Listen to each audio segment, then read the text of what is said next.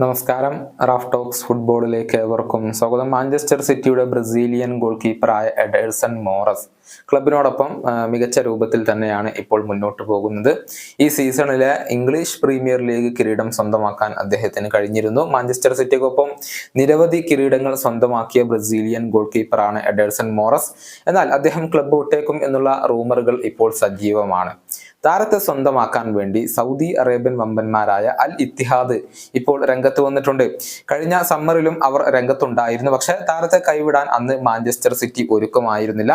പക്ഷെ ഇപ്പോൾ Manchester city കൈവിടാനുള്ള ഒരു സാധ്യതയുണ്ട് എന്നാണ് പ്രമുഖ ഇംഗ്ലീഷ് മാധ്യമമായ ഡെയിലി മെയിൽ റിപ്പോർട്ട് ചെയ്തിട്ടുള്ളത്.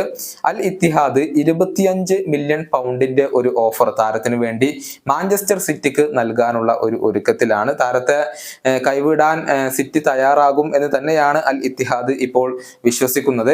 അതേസമയം മറ്റൊരു സൗദി അറേബ്യൻ ക്ലബ്ബായ അൽ നസറിനും ഈ ഒരു താരത്തിൽ താല്പര്യമുണ്ട് എന്നുള്ളതാണ്. അവരുടെ ഗോൾ കീപ്പറായ ഉസ്പെനയുടെ ക്ലബ്ബുമായുള്ള കോൺട്രാക്ട് അവസാനിക്കുകയാണ്.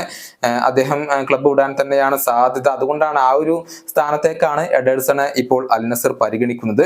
പക്ഷെ അൽ ഇത്തിഹാദ് കുറച്ചുകൂടി കാര്യങ്ങൾ വേഗത്തിലാക്കിയിട്ടുണ്ട് എന്നുള്ളതാണ്. ഏതായാലും എഡേഴ്സൺ മോറസിന്റെ ഒരു നിലപാട് എന്തായിരിക്കും എന്നുള്ളതും ഇതിൽ നിർണായകമായ ഒരു കാര്യമാണ്. അദ്ദേഹം പ്രീമിയർ ലീഗിൽ തുടരാനാണോ ആഗ്രഹിക്കുന്നത്, അതല്ലെങ്കിൽ സൗദിയിലേക്ക് പോകാൻ ആഗ്രഹിക്കുന്നുണ്ടോ എന്നുള്ളതൊക്കെ വ്യക്തമാവേണ്ടതുണ്ട്. നിലവിൽ നിരവധി ബ്രസീലിയൻ സൂപ്പർ താരങ്ങൾ സൗദി അറേബ്യൻ ലീഗിൽ കളിക്കുന്നുണ്ട്. നമുക്കറിയാം നെയ്മറും അതുപോലെ തന്നെ ഫാബിഞ്ഞോയും ഫിർമിഞ്ഞോയും അലക്സ് ടെല്ലസും ഒക്കെ സൗദി അറേബ്യൻ ലീഗിൽ കളിച്ചുകൊണ്ടിരിക്കുന്ന ബ്രസീലിയൻ സൂപ്പർ താരങ്ങളാണ്. അവരുടെ ആ ഒരു വഴി എഡേഴ്സൺ മോറസ് ഇപ്പോൾ പിന്തുടരുമോ എന്നുള്ളത് കാത്തിരുന്ന് കാണേണ്ട കാര്യമാണ്. നിലവിൽ അദ്ദേഹം പരിക്കിന്റെ പിടിയിലാണ്. അതുകൊണ്ട് തന്നെ വരുന്ന കോപ്പ അമേരിക്ക ടൂർണമെന്റിൽ പങ്കെടുക്കാൻ അദ്ദേഹത്തിന് കഴിയില്ല.